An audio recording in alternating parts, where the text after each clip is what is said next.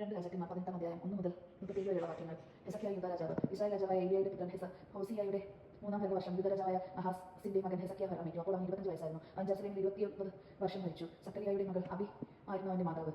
പിതാവായ ദാവീദിനെ പോലെ അവൻ കർത്താവിന്റെ മുമ്പിൽ നീതി പ്രവർത്തിച്ചു. അവൻ പൂജാഗിരികൾ നശിപ്പിക്കുകയും സ്തംഭങ്ങളും ആശയര പ്രതിഷ്ഠകളും തകർക്കുകയും ചെയ്തു. മോശം ഉണ്ടാക്കിയ നെഹുഷ്താൻ എന്ന് വിളിക്കപ്പെടുന്ന ഓട്ട് സത്യത്തിന്റെ മുമ്പിൽ ഇസ്രായേൽ ദുർവാശനം നടത്തിയതിനാൽ അവൻ അത് തകർത്തു. ഇസ്രായേലിന്റെ ദൈവമായ കർത്താവിൽ അവൻ വിശ്വസിച്ചു. മുൻഗാമികളോ പിൻഗാമികളോ ആയ യൂദാ രാജാക്കന്മാരിലും അവനെ പോലെ വിശ്വസ്തനായിരുന്നില്ല.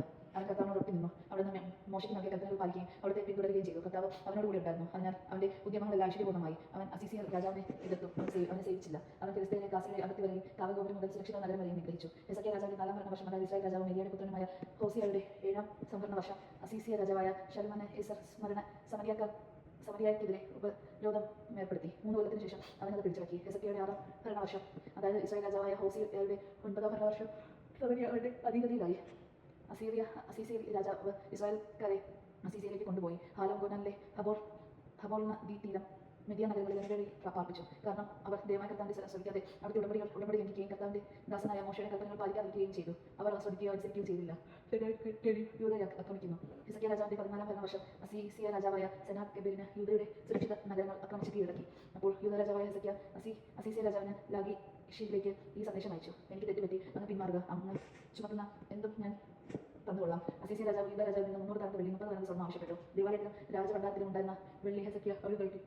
യൂദാ രാജാവായ ഹെസക്കിയ രാജാവിന്റെ കട്ടിളകളും പൊതിഞ്ഞിരുന്ന സ്വർണ്ണവും എടുത്ത് അസീസിയ രാജാവിന് നൽകി. അസീസിയ രാജാവ് ലാഖീഷിൽ നിന്ന് താത്താൻ, റബ്സാരീസ്, റബ്ശക്ക എന്നീ സ്ഥാനങ്ങളിലെ സൈന്യസമേതം ഹെസക്കിയയ്ക്ക് എതിരെ ജെറുസലേമിലേക്ക് അയച്ചു. അവർ ജെറുസലേമിൽ അലക്കുകാരന്റെ വയലിലേക്ക് പെരുവഴികളിലൂടെ മുകൾ ഭാഗത്തെ കുളത്തിലേക്ക് ചാലിനരികെ നിലയുറപ്പിച്ചു. അവർ രാജാവിനെ കാണണമെന്ന് ആവശ്യപ്പെട്ടപ്പോൾ കൊട്ടാരത്തിന്റെ മേൽനോട്ടക്കാരനും ഹിൽക്കായുടെ പുത്രനുമായ എലിയാക്കീമിനും കാര്യസ്ഥനായ ഷെബ്നായും ആസാഫിന്റെ മകനും രേഖ സൂക്ഷിപ്പുകാരനുമായ യോവാഹും ഇറങ്ങിച്ചെന്നു.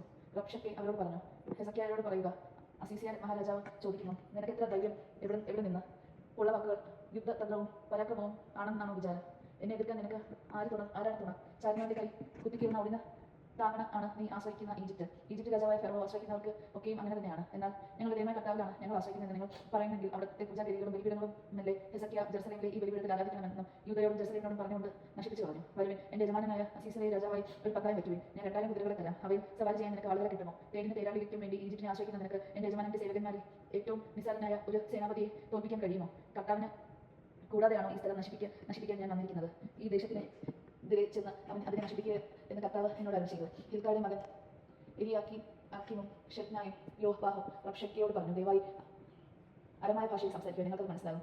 കോട്ടമേലുള്ളവർ കേൾക്കാതെ ഞങ്ങളോട് ഹീബ്രോ ഭാഷയിൽ സംസാരിക്കരുത്. എന്നാൽ റബ്ശക്കെ അവനോട് പറഞ്ഞു: കോട്ടമേൽ ഇരിക്കുന്നവർ സ്വന്തം വിശ്വാസ വസ്തുക്കൾ ഭജിക്കാൻ നിങ്ങളോടൊപ്പം വിധിക്കപ്പെട്ടിരിക്കുന്നവരുമായ ഇവരോടല്ലാതെ നിങ്ങളോട് നിങ്ങളുടെ യജമാനോട് മാത്രം സംസാരിക്കാനാണ് എന്റെ യജമാനൻ എന്നെ അയച്ചിരിക്കുന്നത്. വിഷയക്കാരൻ നിവർന്ന ഉച്ചത്തിൽ ഹെബ്രായ ഭാഷയിൽ വിളിച്ചു പറഞ്ഞു: അസീസിയ മഹാരാജാവിന്റെ വാക്കുകൾ ശ്രമിക്കുവിൻ. രാജാവ് പറയുന്നു: ഹെസക്കിയ നിങ്ങളെ വഞ്ചിക്കാതിരിക്കട്ടെ. എന്റെ കയ്യിൽ നിന്ന് നിങ്ങളെ രക്ഷിക്കാൻ അവന് കഴിയില്ല. കർത്താവ് നമ്മെ നിശ്ചയമായി രക്ഷിക്കും. അസീസിയ രാജാവിന്റെ കയ്യിൽ നഗരം വിട്ട് കൊടുക്കുകയില്ലെന്ന് പറഞ്ഞ് കർത്താവ് ആശ്രയിക്കാൻ ഹെസക്കിയ നിങ്ങൾക്ക് ഇടയാകാതിരിക്കട്ടെ. അവനെ ശ്രദ്ധിക്കരുത്. എന്നാൽ അസീസിയ രാജാവ് പറയുന്നു: നിങ്ങൾ സംഖ്യ ചേർന്ന് എന്നോട് ചേരുവിൻ. അപ്പോൾ നിങ്ങളുടെ സ്വന്തം മുന്തിരിയിൽ നിന്ന് അഗ്രവൃക്ഷത്തിൽ നിന്നും ഭക്ഷിക്കുകയും സ്വന്തം ജലം ഭരണിയിൽ നിന്ന് കുടിക്കുകയും ചെയ്യും. അനന്തരം ഞാൻ നിങ്ങളെ ഈ നാടിന് സദൃശമായ ഒരു നാട്ടിലേക്ക് ധ്യാനവും വീനും അപ്പവും മുന്തിരിത്തോപ്പുകളും ഒലിവും തേനുമുള്ള ഒരു നാട്ടിലേക്ക് കൊണ്ടുപോകും. നിങ്ങൾ മരിക്കുകയില്ല, ജീവിക്കും. കർത്താവ് നമ്മെ രക്ഷിക്കുമെന്ന് പറഞ്ഞ് നിങ്ങളെ വഴിതെറ്റിക്കുന്ന ഹെസക്കിയയെ ശ്രദ്ധിക്കരുത്. അസീസിയ രാജാവിന്റെ കയ്യിൽ നിന്ന് ഏതെങ്കിലും ദേവന്മാരെ തങ്ങളുടെ ജനതകളെ രക്ഷിച്ചിട്ടുണ്ടോ? ഹമാത്തിന്റെയും അർപ്പദാത്തിന്റെയും ദേവന്മാർ എവിടെ? സെഫാർണിയും ഹേന ഈവ എന്നിവയുടെ ദേവന്മാർ എവിടെ? അവർ സമരിയയെ തന്നെ കയ്യിൽ നിന്ന് രക്ഷിച്ചു. ഒരു ദേവനും നിന്റെ രാജ്യത്തെ എന്റെ കയ്യിൽ നിന്ന് രക്ഷിക്കാൻ കഴിയാതിരിക്കെ ജെറുസലേമിനെ രക്ഷിക്കാൻ കർത്താവിന് കഴിയുമോ? അവനോട് മറുപടി പറയുന്ന രാജാവ് കൽപ്പിച്ചിരുന്ന ജനം രക്ഷണമില്ലാതെ നിശബ്ദനായിരുന്നു. അപ്പോൾ കൊട്ടാര വിചാരക്കാരനും ഹിൽക്കാരുടെ മകനുമായ എലിയാക്കീമും കാര്യസ്ഥൻ ഷെബ്നായും അസാഫിന്റെ പുത്രനും രേഖാസൂക്ഷിപ്പുകാരനായ യോവാഹും വസ്ത്രം കീറി ഹെസക്കിയയുടെ അടുത്ത് വന്ന് ബഷ്കയെ പറഞ്ഞയച്ചു. യജമാനൻ കേട്ടത് നമുക്ക് ക്രിസ്ത്യാനി സ്തുതി.